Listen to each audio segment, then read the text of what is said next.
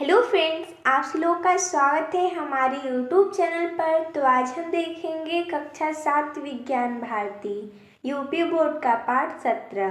पाठ का नाम है बल एवं यंत्र।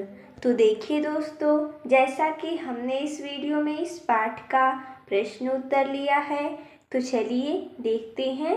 प्रश्न 1 है, सही विकल्प को छांटकर अपनी अभ्यास पुस्तिका में लिखिए। यहाँ पर प्रश्न दिया गया है, आम का पेड़ से नीचे गिरना उदाहरण है। विकल्प है पेशीय बल, चुंबकीय बल, गुरुत्व बल या घर्षण बल। तो इसका सही हो जाएगा गुरुत्व बल। जब पेड़ से आम नीचे गिरता है तो वो गुरुत्व बल के कारण होता है। इसका पता न्यूटन ने लगाया था। अगला है प्रश्न ख नंबर, निम्नलिखित में से कौन सा घर्षण बल का उदाहरण नहीं है। विकल्प है जंगलों में आग लगना, मशीनों में कलपुर्जा का घिसना, जूतों का घिसना या कुएं से पानी खींचना। तो इसका सही हो जाएगा कुएं से पानी खींचना। अगला है प्रथम श्रेणी के उत्तोलक में यहाँ पर विकल्प दिया गया है, आयास और भार के मध्य आलंब होता है। विकल्प ब है, आलंब और आयास के मध्य भार होता है। विकल्प स है, आलंब और भार के मध्य आयास होता है। विकल्प द है, आयास और भार नहीं होता है। तो प्रथम श्रेणी के उत्तोलक में क्या होता है, आयास और भार के मध्य आलंब होता है। इसका सही हो जाएगा विकल्प अ। अगला है सरल मशीनें होती हैं। विकल्प है 3 प्रकार की, 4 प्रकार की, 5 प्रकार की या 2 प्रकार की। इसका सही हो जाएगा 5 प्रकार की। सरल मशीनें 5 प्रकार की होती हैं। अगला है घर्षण बल निर्भर करता है। विकल्प है सतह की प्रकृति पर, क्षेत्रफल पर, आपतन पर या उपयुक्त सभी पर। तो घर्षण बल सभी पर निर्भर करता है, सतह की प्रकृति पर भी, क्षेत्रफल पर भी और आपतन पर भी। तो इसका सही हो जाएगा उपयुक्त सभी पर। अगला प्रश्न है दूसरा, रिक्त स्थानों की पूर्ति कीजिए। प्रश्न है पृथ्वी द्वारा किसी वस्तु पर लगाए गए बल को कहते हैं। तो जब पृथ्वी द्वारा किसी वस्तु पर बल लगाया जाता है उसे हम गुरुत्व बल कहते हैं। तो हम यहाँ पर रिक्त स्थान की पूर्ति कर देंगे। अगला है संपर्क सतहों तलों के बीच लगने वाला बल कहलाता है। तो संपर्क सतहों या तलों के बीच जो बल लगता है उसे हम घर्षण बल कहते हैं। जैसे में सतह हो गया, हम लिखते हैं जब, तो सतह हो गया हमारा कॉपी, और जो तलों के बीच यानी जब हम लिखते हैं तो उनके बीच घर्षण बल लगता है, तो वही हम यहाँ पर भर देंगे। अगला है लोहे की कीलें, यहाँ पर रिक्त स्थान है, बल के कारण चुंबक पर चिपकती है।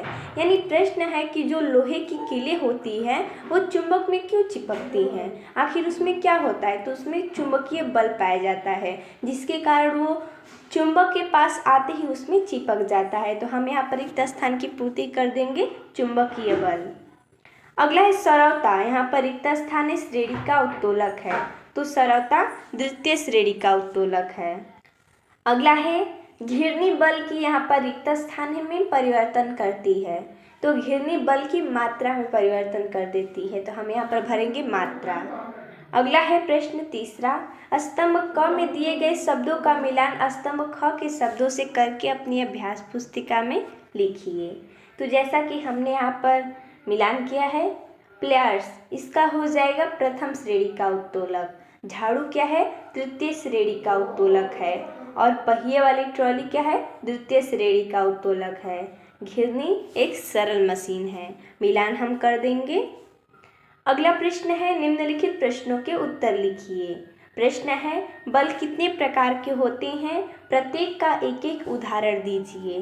तो बल 2 प्रकार के होते हैं, कौन कौन से, संपर्क बल और असंपर्क बल। तो हमें एक एक उदाहरण लिखना है। तो हमने यहाँ पर लिखा है संपर्क बल, टूथपेस्ट के ट्यूब को दबाने पर टूथपेस्ट का निकलना संपर्क बल का उदाहरण है।